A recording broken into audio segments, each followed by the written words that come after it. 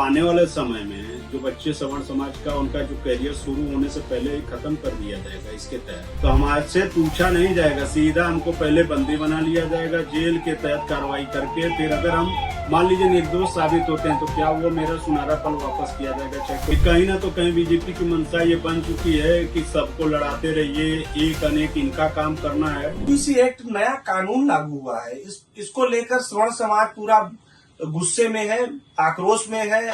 जहां विश्वविद्यालय के छात्र प्रदर्शन कर रहे हैं, सवर्ण समाज पूरा प्रदर्शन कर रहा है, इसको लेकर विरोध जता रहा है। उसी क्रम में हमसे बात करने के लिए ब्रजेश सिंह चुन्नू जी हैं, छात्र नेता है रहे हैं विश्वविद्यालय से। नमस्कार।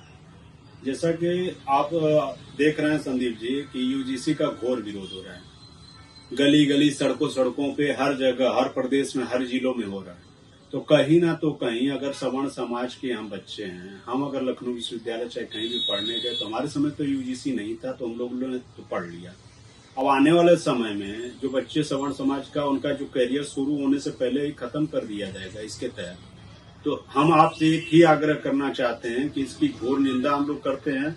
शुरुआत होने से पहले ही कोई भी व्यक्ति को खत्म कर दिया जाए, ये कहीं के नियम ऐसे नहीं बनने चाहिए। सवर्ण समाज के लिए बहुत ही काला, समझ लीजिए एक तरह से काला कानून के ही तहत कार्रवाई की जाएगी, क्योंकि सवर्ण समाज का बच्चा ये तो जानता है कि हमारे मित्र हैं, उनके लिए कुछ भी कह दिया, वो अपशब्द उनको लग गया, उन्होंने झूठे जाके कह दिया कि हमें इन्होंने ऐसा कहा है, तो हमारे से पूछा नहीं जाएगा, सीधा हमको पहले बंदी बना लिया जाएगा जेल के तहत कार्रवाई करके। फिर अगर हम मान लीजिए निर्दोष साबित होते हैं तो क्या वो मेरा सुनहरा पल वापस किया जाएगा? चाहे कोई भी किसी भी बच्चे का वो सुनहरा पल वापस किया जा सकता है? नहीं किया जा सकता। इसलिए सवर्ण समाज इसकी घोर निंदा, घोर मतलब एकदम घनघोर विरोध करता है। यूजीसी का घोर विरोध है।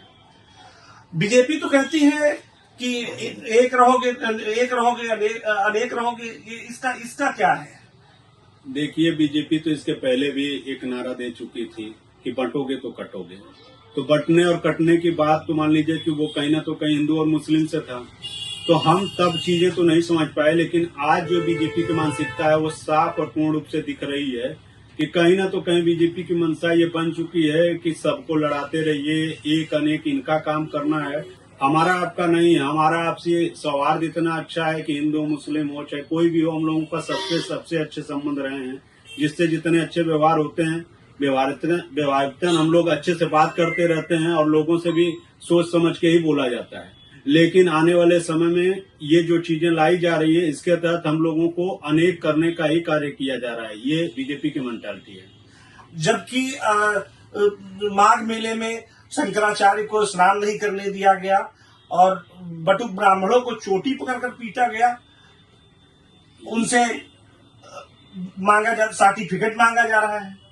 ये घोर निंदनीय कार्य है। देखिए, महाराज हैं मुक्तेश्वरानंद जी महाराज जी जो हैं, वो देखिए एक महाराज हैं, पूजनीय हैं, हम लोगों के कहीं ना तो कहीं गुरु हैं। गुरु होने के साथ साथ हम लोगों का परम धर्म है, परम कर्तव्य बनता है कि हम लोग उनसे जाकर आचरण करें, बंधन आचरण करें और करने के बाद उनसे माफी मांगे। जो भी गलतियां सही हुई हैं, अगर वो माफ कर देते हैं तो ठीक है, नहीं तो इसका परिणाम बहुत ही बुरा होने वाला है। ऐसा है, साधु संत महात्मा है, ठीक है।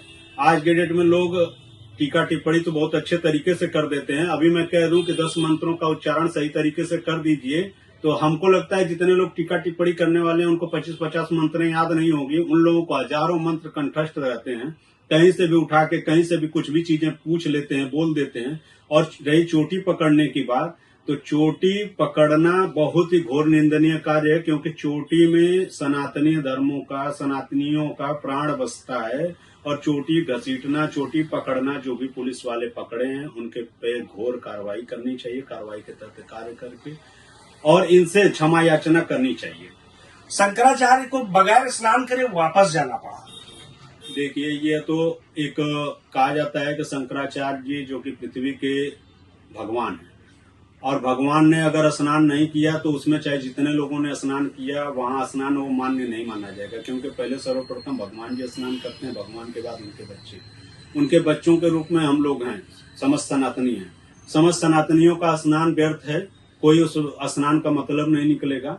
इस पे बहुत ही विचार करना पड़ेगा मुख्यमंत्री जी और प्रधानमंत्री जी को, जाके उनसे क्षमा याचना करनी चाहिए। क्षमा याचना के तहत अपने कार्य को सुचारू रूप से फिर करना चाहिए।